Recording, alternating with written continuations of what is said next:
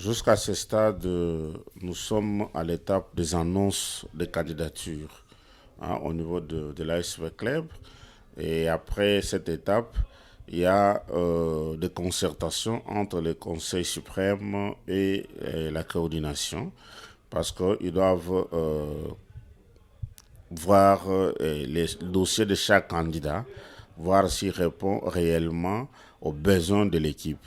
Et après cela, les candidatures seront transmises au niveau de la commission électorale interne qui est mise en place au niveau de l'équipe.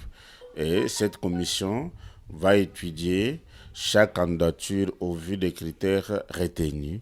Ce n'est qu'après cette étape que nous irons maintenant au niveau de l'Assemblée générale élective. Mais il y a un préalable avant la convocation de l'Assemblée générale élective. Comme vous le saviez, l'obligation de la loi exige que chaque année, chaque club puisse tenir son Assemblée générale ordinaire. Alors, c'est les comités sortants, en principe, qui doivent faire les rapports de l'année. Or, si nous organisons les élections avant l'Assemblée générale ordinaire, c'est-à-dire que c'est le nouveau comité qui viendra présenter les rapports pour des matières qui n'ont pas traité. Donc, c'est comme ça que, comme la LINAFOOT va donner son calendrier bientôt, donc nous attendons d'abord qu'on tienne d'abord l'Assemblée générale ordinaire et le comité sortant présente son rapport.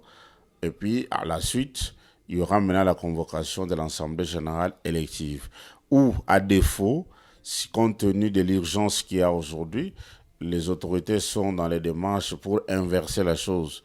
C'est-à-dire qu'on peut demander une dérogation à ce qu'on puisse commencer par l'Assemblée générale élective et au moment de l'Assemblée ordinaire, à ce moment, on permettrait que l'ancien comité revienne juste pour présenter son rapport de l'exercice passé.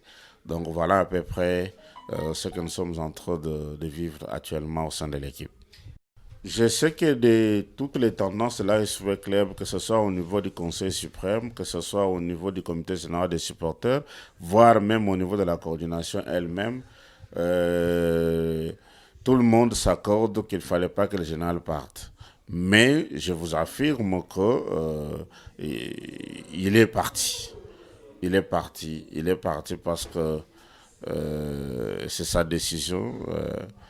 Je crois. Je ne suis pas son porte-parole, mais tout ce que je sais, au-delà des négociations, je crois que jusque-là,